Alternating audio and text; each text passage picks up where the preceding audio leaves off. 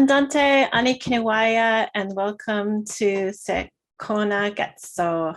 My name is Leanne Betasamosake Simpson, and I'm an instructor and board member at the Dechinta Center for Research and Learning, and I'm very honored to be facilitating this series.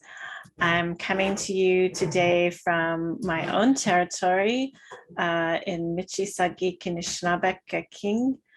Dechinta's head office is located in the very gorgeous territory of the Yellowknives Dene First Nation, and we would not exist as an organization without their constant generosity, patience, expertise, and magnificent understanding of their homeland.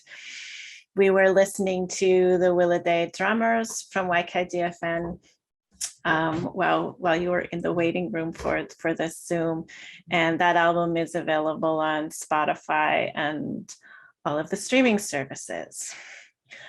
I would like to welcome all of you to this space. Thank you so much for coming and supporting us and our speaker.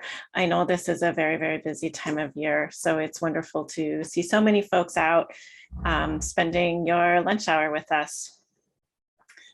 At Dechinta, we are brought together by our care for the land, each other, and our desire to revitalize and practice Indigenous ways of knowing and being. Dechinta is dedicated to creating a future of Indigenous cultural revitalization through a reconnection with the land. Through our programming, we strive to create Northern Indigenous communities that are radically self-determining, healthy, sustainable, and connected to Indigenous knowledge and practices. We aim to ensure that the education we offer is accessible to all community members, including parents, youth, women, and two-spirit, trans, and queer people. We have a mandate to serve the needs of Northern Indigenous populations through education, research, and community programs.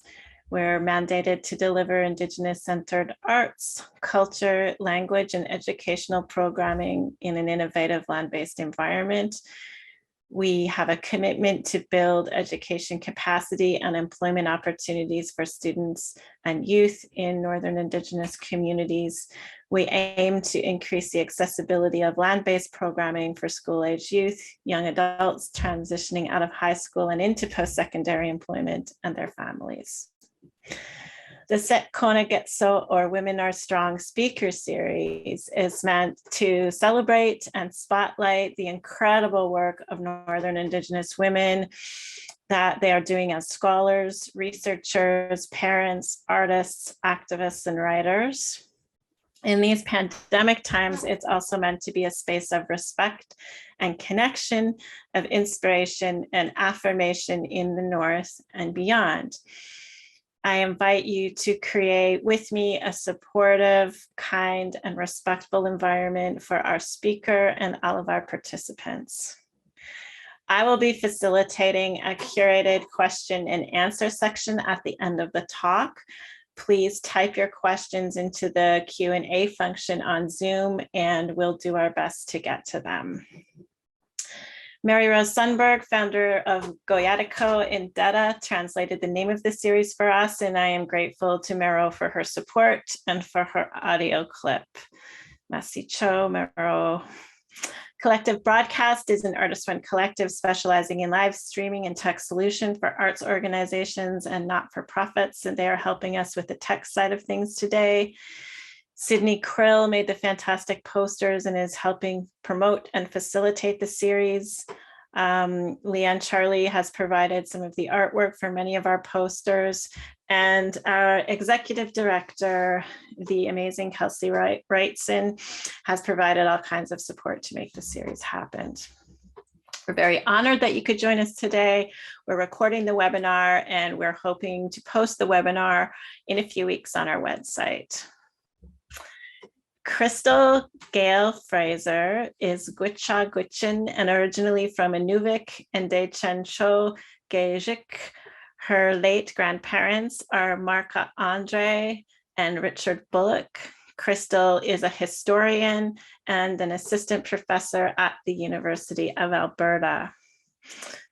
The title of Crystal's talk today is The Histories of Indian Residential Schools in the North During the Era of Reconciliation. I'm really, really grateful that Crystal could join us today and share her amazing work with us. So over to you, Crystal. Crystal's got rural internet, and so we're hoping that things will hold for her talk, but please be patient with us if there's hiccups. Mahsi Choo. Mahsi Choo, Leanne. Dringwinzi, Showri Crystal, Gail Fraser, Vilji, She One Kutta, Juliet Mary Bullock, Shanun to Inchu to at Bruce Fraser, Sheet Tiet to Inchu, Guyatsi Dichu.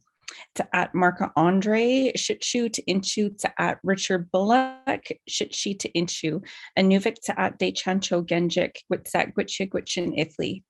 Hi, my name is Crystal. I'm Gwichyà Gwich'in, originally from Inuvik. My mother is Juliet Bullock and my father is Bruce Fraser. My late grandparents were Marka and Richard Bullock from Inuvik and Sigachik and Dachan hnjik, also known as Tree River. And I'm just really delighted to be here today. Leanne mentioned about my internet. I'm going to shut my video off when I share my PowerPoint, just so we don't have any hiccups. Okay, here we go.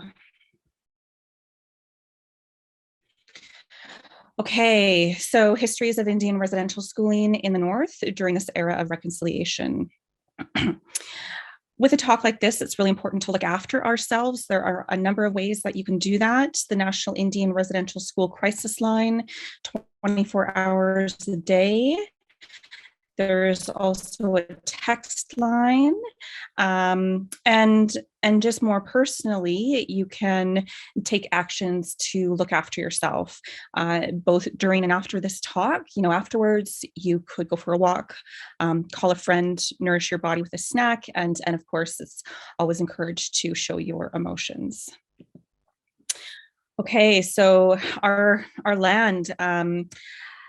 I moved to the Edmonton region from Yellowknife in 2004, so nearly 20 years ago now. And my partner and my 5-year-old daughter and we are just so delighted to be guests on Treaty 6, the homeland of the Métis Nation. Our property is just south of Enoch. On the left is a photo of the river valley in Devon. Yeah, and so every day we're in relationship with land, with the animals, with our ancestors, with the spirits, and right now fall is really a nice time of year. The deer are returning to our property. The squirrels are fattening up, getting ready for winter. The geese are flying south. Yeah, so really important to talk about our relations beyond just humans. On the right is a photo of my cousin's fish camp on the flats in Sigachik this summer. Of course, the Gwich'in settlement area, also known as Treaty 11. And during these COVID times, it's been extremely difficult not to return to my homelands. In August, the tragic death of Christine McLeod allowed me to return home for a very short period of time. And so this is just to say that while I'm so grateful for the image on the left, I'm thinking about the fish camp on the right a lot of days. So who am I and why do I do this work? You know, really inspiration was my Dedu, Julianne Thadecha or Julianne Andre, which is, she's in the bottom right there smoking her pipe. She was born in 1889. She was a mother, matriarch, a fur trader, a trapper, a linguist. She spoke many languages, none of which And she was also my first teacher in oral and I had a few years with her before she passed on. But she's really the person who drives this work. I think about her every single day in not only my approach to history, but my identity as a Gwichyà Gwich'in woman and mother and maybe someday matriarch. But then I also think about my grandma on the top right, cutting fish at our fish camp. I was the first of dozens of grandchildren, and so I had some time alone with my grandma before other. That fish, the act of fishing represents our sovereignty as Gwichyà Gwich'in. A lot of really fond memories at fish camp with her alone. And then, of course, on the bottom left here is me when I was 3 or 4 years old at our fish camp, Dachan, Choo, hnjik, doing the fish strips. And what is not shown here is the several hours that I was camped out next to the stage to make sure the birds didn't steal the fish strips. And right there, I'm laying some coney strips. And then on the top is a photo that's now a few years old, but my daughter Quinn as a baby, my mother Juliet Bullock on the left, but then also my sister Wineo Pasek on the right. And just again, grounding ourselves as strong Indigenous women, as matriarchs, coming from, a Northern culture that was vibrant and unique and did not necessarily follow the trajectory of these very normalized Western Canadian, Western European gender roles. So this topic has become very, very popular since late May, and it seems like everyone wants to know about Indian residential schools now. And as an intergenerational survivor, as someone who works directly with survivors about their stories about residential schooling, I have a lot of feelings about that. It's definitely hard to see that it actually takes the news of hundreds or thousands of dead children in order to make these histories important. So we know that they've always been important. Indigenous communities and our families and survivors have been talking about these things for decades. And engagements internationally for news organizations and podcasts. And then, of course, talks, similar to this one. This one is going to be different in a number of ways, and I'll talk more about that later. But particularly around September 30th, the first National Day of Truth and Reconciliation. So yeah, just putting this into context that the ongoing recoveries of unmarked graves, the ongoing ground penetrating radar that is happening across the country has brought a new appetite for these kinds of stories and experiences, which of course can be traumatizing in general to survivors and Indigenous peoples.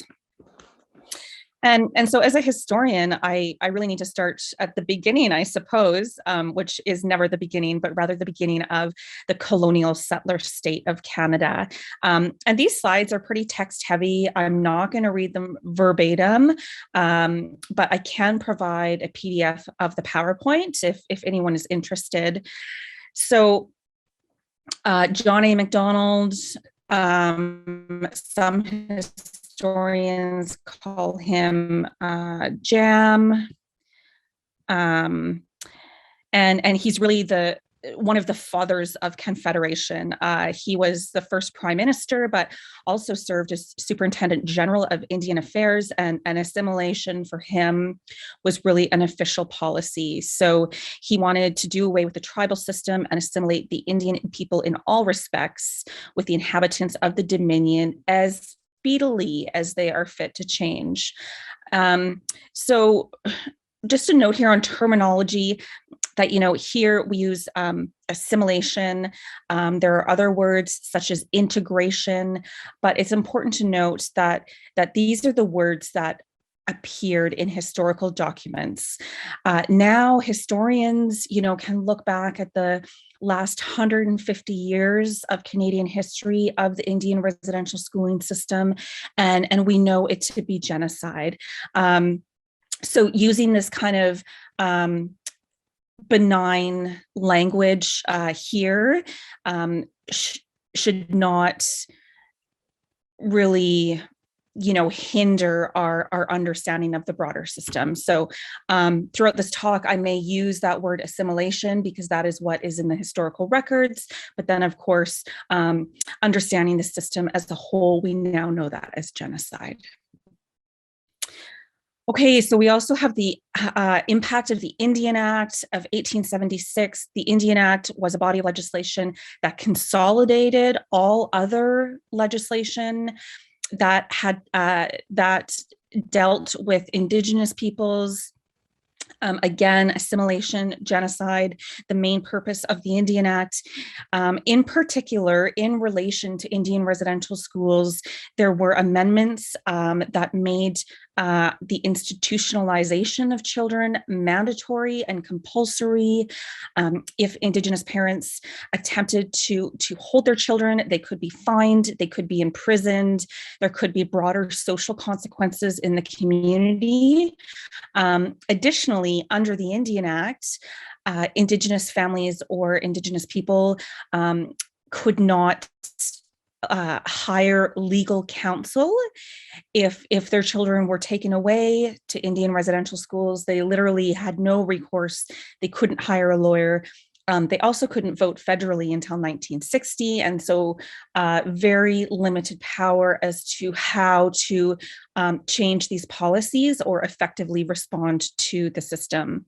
Also important to note that the Indian Act is still in effect today, that it still has influence on the identities of me as a Gwichyà Gwich'in, of my daughter, of how our lineage is passed on. The Indian Act is still meant to eradicate Indigenous peoples in the sense that it follows and maintains these very colonial blood is never reflected in our historical Indigenous communities.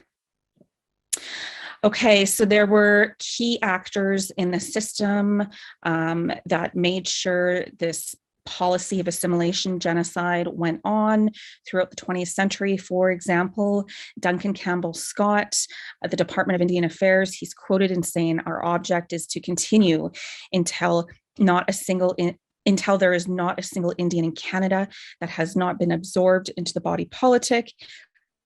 And there is no question and no Indian department." So a policy of elimination. Some people may think this sounds familiar. I'm thinking about the white paper under Pierre Elliott Trudeau's government and Jean Chrétien, but that's a conversation for another day. So some of you may be familiar with this photo series. This is Thomas Moore. He was an Indigenous boy on the plains. But this really represents what the churches and the state were trying to accomplish in their tactics of assimilation. Here we have young Thomas on the left, obviously staged. So his his hair is long and messy. He's wearing, traditional gauze, standing next to a fur hide, holding a gun. And so all of these stylistic things are meant to emphasize that Thomas is violent, he is savage, he is dirty, he basically can't be trusted. Then on the right, we have Thomas More. He's dressed in a uniform, very smart and orderly. He's standing in front of this, next to a pillar, which is geometrically, looks nice. He has a potted plant next to him, which shows really that his element in nature is under control. He is now embracing this Protestant work ethic, and this is the success of the school. And so these photos were used in a number of different ways. Churches would send them off internationally to demonstrate, quote unquote, the good work that they were doing in order to raise funds. But also we know that during the 1910s, 20s, and 30s, Indian residential schools were becoming a source of criticism across Canada.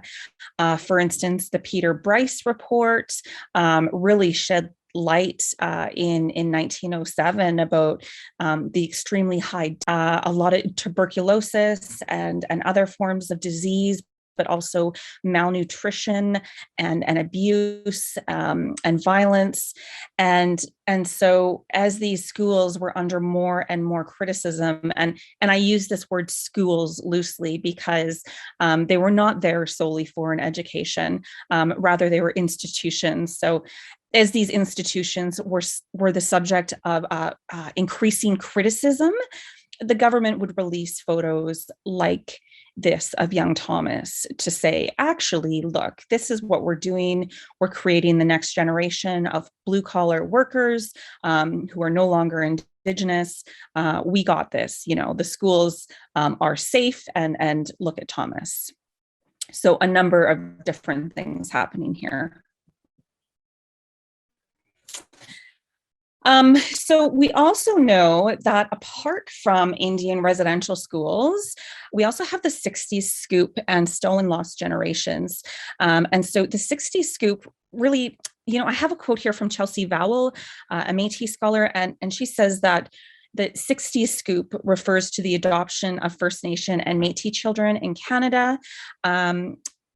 She says beginning in the 1960s, but we actually have evidence that this movement of the 60s scoop started in the 1940s, and it also included Inuit children. And it's kind of misleading. It wasn't just in the 60s. So the 1940s through the early 1980s, basically forced removal of Indigenous children, often without consent or even knowledge of their families or communities. We know this happened in the Northwest Territories, but the point being here is that it happened with the same kind of approach as Indian residential schooling. So this take first, ask questions later. Children were removed from their homes that were deemed unfit, and Indigenous children really needed white models where they could learn white middle-class Christian values. And I say this here because there are tensions between the Indian residential schooling system and the 60s scoop, in the sense that survivors of both have, in cases, similar stories, but were victims of really the same Indian affairs policy. I have mentioned so we now have several thousand. The Truth and Reconciliation Commission, in its final report, has said there were 4,100 deaths of Indigenous children while they were institutionalized. But they also said that figure was, they also said that that figure was extremely conservative. They only had access to archival records, and those archival records were refused to hand over their documents. So each school had an official graveyard. Many had unofficial graveyards as well.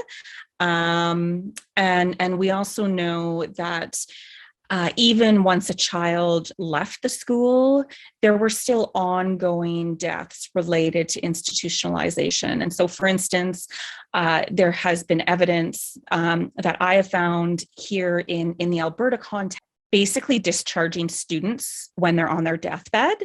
They send them home so that death is not reflected on the school record. And so not taking responsibility for that student's death, but also sending a gravely ill child to their home community to infect their household and possibly the broader community. So very, very irresponsible things. We also know that there are ongoing deaths. We still have a whole generation of residential school survivors, but also intergenerational survivors. And so ongoing deaths regarding the trauma in the sense of, substance abuse, domestic violence, but also ongoing health inequities related to residential schooling, such as diabetes and that sort of thing. Okay, so TRC calls to action 71 through 76 directly addressed missing children and unmarked graves. And I'm sure many of you know that our record at implementing the 94 calls to action is terrible. As of June of this year, given the news out of Kamloops, out of the Cowessess First Nation, magically we had managed to implement 6 acts, but even before that in 2020, only 8 of the 94, and actually in 2019, it was 9. So we were on a trajectory of going backwards until, of course, the tragic news out of Kamloops was shared. And so this brings me to some work that my colleague and friend, Dr. Sarah Komarniski, and I undertook in 2017 as a response to Canada 150. Some of you might be familiar with this. This list has 150 ideas, 150 acts of how people, everyday Canadians, can engage with reconciliation in the home, in the workplace, at the gym. And so this lists unique views online. And Sarah and I have given really a number of talks and workshops on this. And we're just delighted that it is still popular and relevant, 4 years later. So a part of the list, I'm just going to go back for a minute. A part of the list, like the reason why we were interested in doing it is because, of course, we have mad respect for the TRC 94 calls to action, but a lot of those acts really seemed aimed at government or churches or organizations. And we wanted something that everyday people like me and you can do. In a way that's not intimidating, that you don't have to interact with governments. And so this kind of brings me to the next 2 slides, which is loosely based on the acts. There are some new content here. And again, I'm not going to read this verbatim, but I will just pick out a couple of key points here. Stop calling news about discoveries. Again, we have known about the deaths of our, and in some northern communities, we have known where these unmarked graves have been. If you work with Indigenous people, actively engage with this concept, nothing about us without us. If you don't work with Indigenous people, ask yourself why. Some of the best things we can do are listen, openly talk about white supremacy and white privilege. I encourage everyone to use strong and forceful and impactful language. Learn the difference between decolonization and reconciliation, because those are two very separate concepts.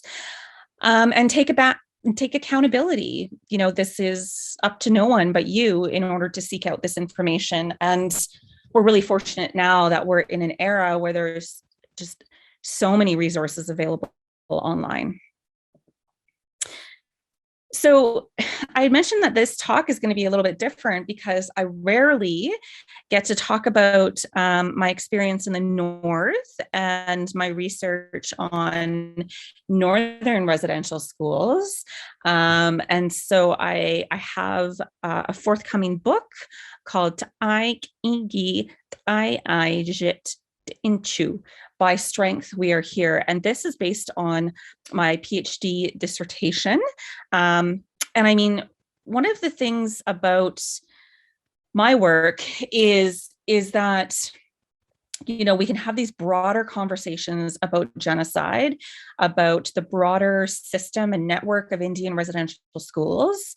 And for the most part, as an educator and a historian and a speaker, I'm still in this position where I really have to talk about the negativity of the system, which, yes, it's absolutely valid. The system was oppressive and carceral. A number of students died.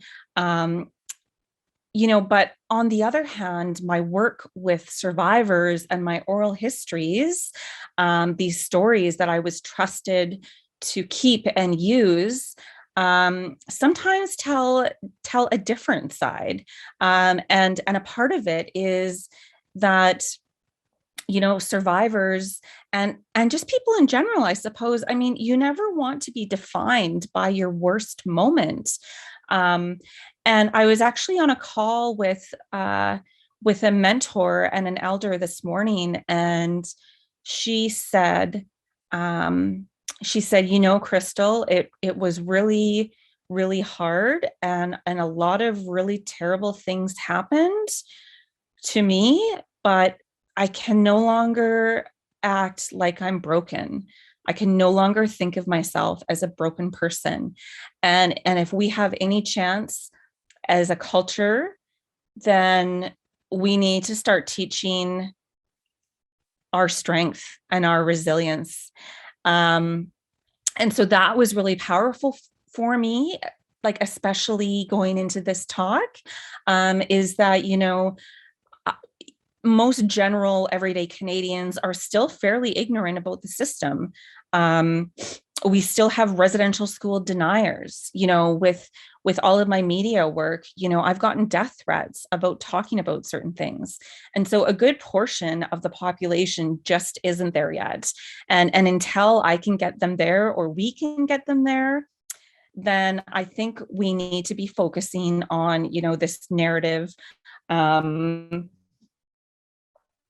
of trauma. However, coming to this talk, knowing that I'm talking to Indigenous Northerners, knowing that I'm talking to residential school survivors, my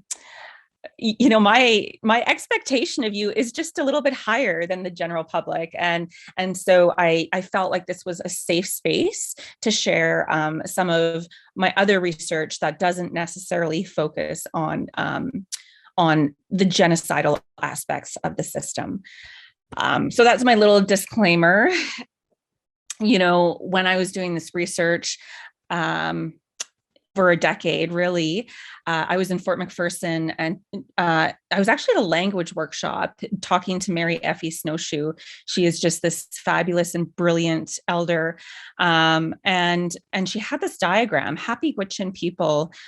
So before missionaries came, people had power, all of these things, respect, sharing, traditional food.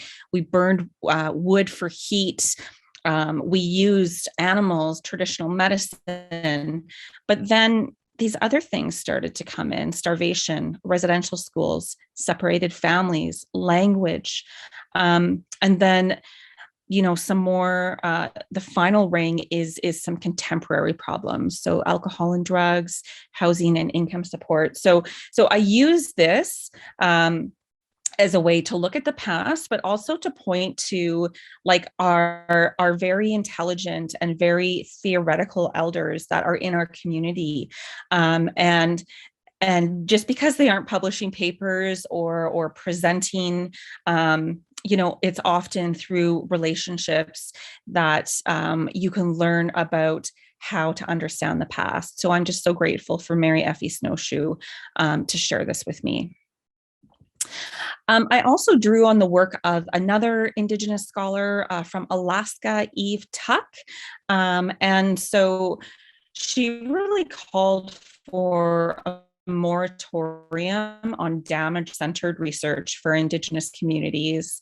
And so again, going back to my phone call this morning, what are the implications of Indigenous peoples just thinking of themselves as permanently damaged? And so Eve Tuck says, no, we can't do that anymore, especially if this is going to be community engaged research. And this is where I worked with Agnes Mitchell to come up with the Dinja, Zhuh, or Gwich'in philosophies of strength. And this is how I understood strength in my thesis, is that for Gwich'in, or Dinja Zhuh, there are 3 different levels of strength. So Tai, which is ancestral strength. So for example, the strength that I feel from my Dedu every single day. The Tai, which is personal strength, that would be what you have cultivated in your own lives. Maybe you journal, maybe you meditate, maybe you read, maybe you go on the land, and then finally Gutai, so this collective or communal strength. So the phone call I had with my elder this morning, the text that I received last night from someone else, saying your talk's going to be great. So all of these little things, I've applied these Gwich'in concepts of strength to Indian residential schooling histories, specifically in the Inuvik region. And I know my time is quickly running out, but I'm just going to talk about Inuvik a little bit and how that came to be. So we had the construction of Indian residential schools in Aklavik in 1926. Immaculate Conception Indian Residential School opened, and then in 1936, the Anglican school followed suit. And these schools were really unique in the sense that they were so far away from Ottawa that inspectors rarely visited, that, there was a certain level of autonomy, there was a certain dependence on Indigenous parents for things like wood, for that school to even operate. Inuvik was not an Indigenous community. Aklavik was subject to annual flooding, and also the government wanted a new administrative site so they could build a runway big enough for military planes. I argue that it's really the second bit, this need for a runway and military intervention and modernization, that really backed the construction of Inuvik. But in 1959, Inuvik was officially opened. The idea was to move everyone over from Aklavik and just totally shut Aklavik down. That didn't happen. That's why Aklavik has their motto, never say die. A lot of people stayed, but the Indian residential schools in Aklavik did close, and all of those students were relocated to Inuvik at either Grolier Hall or Stringer Hall. So this was 1959, and this was really unique in the sense that The federal government had already made the decision in 1946 to start shutting down Indian residential schools in Canada. And so why is it that these brand new multi-million-dollar institutions were built in Inuvik? The North at that point was still largely untouched. And so the work that had been done in Southern Canada to assimilate, sometimes, eradicate Indigenous children and their families had been done in the South, but not the North. So I'm just going to skip ahead I have to talk about this slide. Yet during the course of the system in the North, we see the involvement and refusal of parents right from the outset. So Indigenous parents and families seeking to engage, they wrote letters, they stood up at meetings, they talked to Indian agents, they talked to missionaries, and parents themselves, particularly in the North, right up until the 1990s, the closure of Gwichyà provided to be very forceful critics of the system. Thanks, Leanne. I am going to keep going. Indigenous parents themselves proved to be very forceful critics, and they actually made so many differences in the institutionalization of their children at Gwichyà and Stringer, but also at the Indian day schools. Sam's school, Samuel Hearn and Inuvik, they were Indian day schools. And so never underestimate the power of these Indigenous parents, even though their children were institutionalized, even though sometimes parents willingly sent their children to Gwichyà or Stringer or Nàgeètso or La Pointe or Bompus Hall. That doesn't mean that they weren't engaged in the system. That doesn't mean they were okay with their children being away for so long. But Inuvik in particular needs to be fitted within this national goal of assimilation and colonization. This is not very well known how Inuvik was so central to the assimilation of children from all over Canada. And so, all the way from the very high Arctic to Fort McMurray in Alberta, to Old Crow in Yukon, to Happy Valley Goose Bay in Newfoundland, Labrador. So children literally from all over the country were brought to Inuvik for institutionalization. And so when we focus on narratives of trauma, which are very real and visceral and lived, and I'm not going to spend a ton of time here because we are very familiar with these narratives, forced haircuts, this loss of Indigenous identity, removal of traditional clothing, being assigned a number. These two images are Gwichyà Hall kids. So on the left here,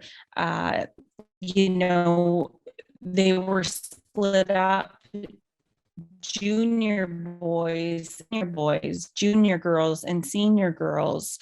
So often if you had a sibling of the same, on the right here, Gwichyà Hall girls dressed identically, not able to express themselves, their indigeneity, walking in a single file line. But then also other carceral aspects. On the left here, we have a little boy cleaning his shoes under, this watchful eye of a Gwichyà Hall nurse. And then, of course, the barracks, the single beds, lots of stories about terror. Lots to say about this, but I am going to move on. But through these concepts of strength and resilience of T'ai, V'tai, and Gutai, we know that institutionalized children responded in so many ways. I mean, one of the biggest success stories here is Shirley and Sharon Firth, 4-time 4 or 5-time Olympians through their experience of the test program in Inuvik. And so these kinds of sports brought children reprieve from a fairly harmful environment for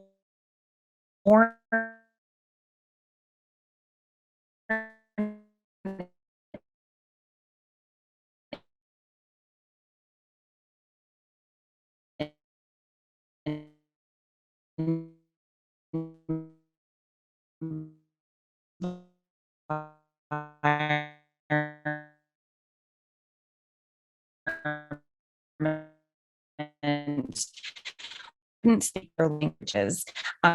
So there were also other ways that children showed their autonomy or indigeneity while institutionalized. Here is the Girl Guides. Girl Guides ran at both residential schools in Inuvik, and this little brownie, she created a doll with, had a doll.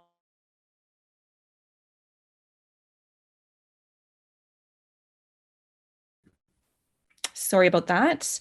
I'm just going to go ahead here and resume where I think I dropped off.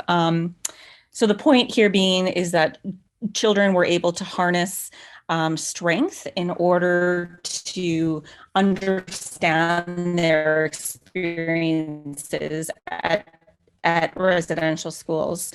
So student artwork, thinking back to in that particular moment in time, if they weren't institutionalized. And then also how parents continue to look after children.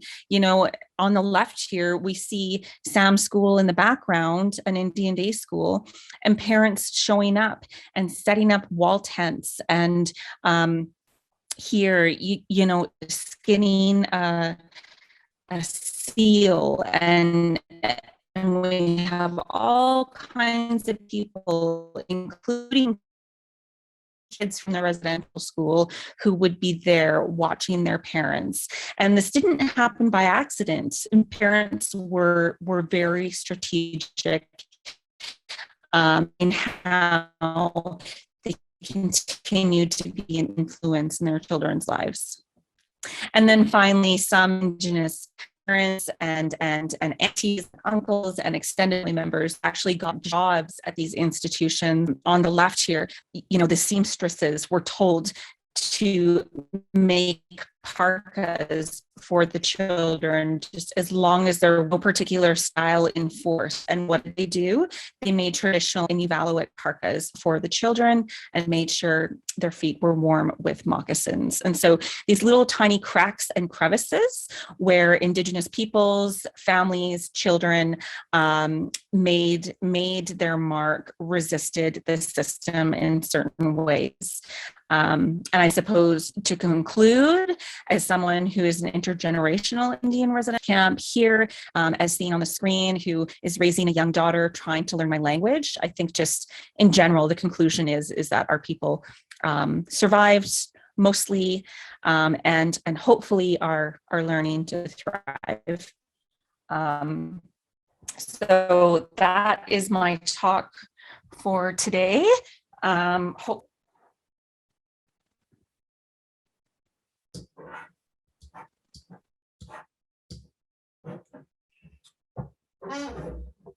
Thank you so much, Crystal. That was so amazing. That was a beautiful, beautiful presentation. I feel so moved by your strength to be able to do this kind of work, and I think your personal sort of cultivation of that personal strength that you were talking about. It was so amazing to see that photo of the parents that move their wall tent and the kids peeking over the fence, just to get a sense of the kinds of resistances that our ancestors engaged in order to make sure that our kids could be on the land. Yeah, so I'm just so grateful for you to be doing this work. I think that you are one of the first Indigenous women academics that I've heard speak about residential schools, and I'm just struck by how meaningful that was to me. I feel like I need a snack and a walk. I need to be texting a whole lot of friends. I really also loved the part where you I love the Happy Gwich'in People by Mary Snowshoe. That was so beautiful. And also the when you were talking about power, the Dinja, the personal power, the ancestral power, and that collective power. And I'm wondering, so much of the narrative in the South around residential school is focused on individuals, and so much of the narrative that I hear in the North and in Indigenous communities is on that collective. And so can you talk a little bit about some of your thoughts around that collective or that communal sort of power that's so important to us as communities? Yeah, I think that's a great question. And not a lot of people ask that question, because you're right that a lot of the experiences or accounts are very individualized. But I think in part, the reason why we talk about it in a collective way, in a societal way in the North, is because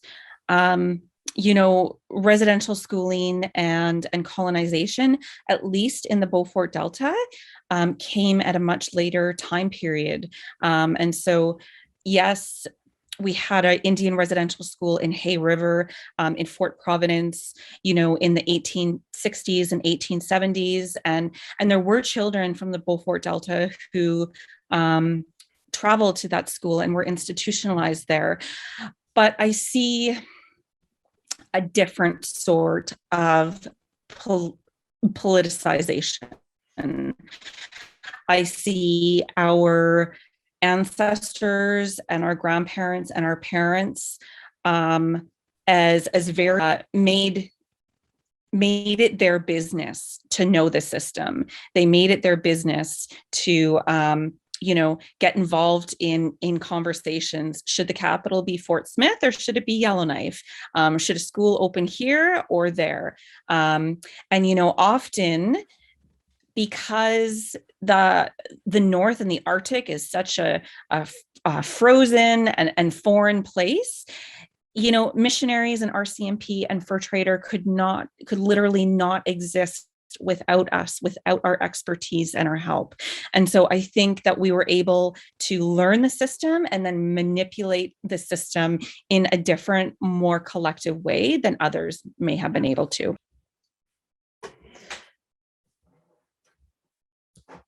Yeah, and thank you for that, because I think that's such a powerful part of your own voice and this work is just the specificity around the experience in the North and in different parts of the North. Because from where I come from, Alderville First Nation had sort of the first industrial school at the beginning of the 1800s. So there's more distance in between. So I really appreciate that. What's next for you in terms of this work?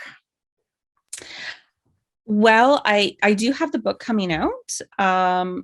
Also, through the Dene Nation, a group of researchers have submitted an application to possibly work with some communities on the ground penetrating radar. And of course, I would be delighted to loan my archival expertise and skills, to help uncover this question about student deaths and unmarked graves.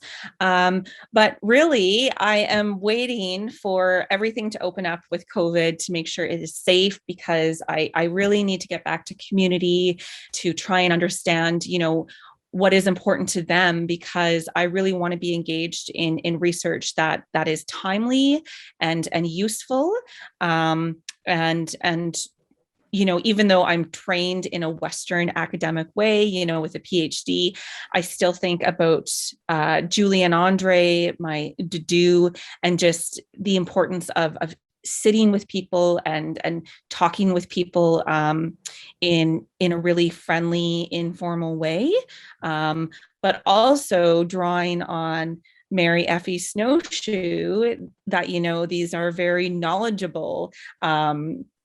Most of our elders have PhDs in their own right. So just getting back to people and figuring out what's important and needed is definitely my next step. Awesome. And when can we look forward to your book? Oh boy, the books take so long. I know you know that. I'm hoping by this time next year. Oh, awesome. Awesome. So it would be amazing to do a book tour of the North. It would. Yes. We'll definitely stay in contact with us.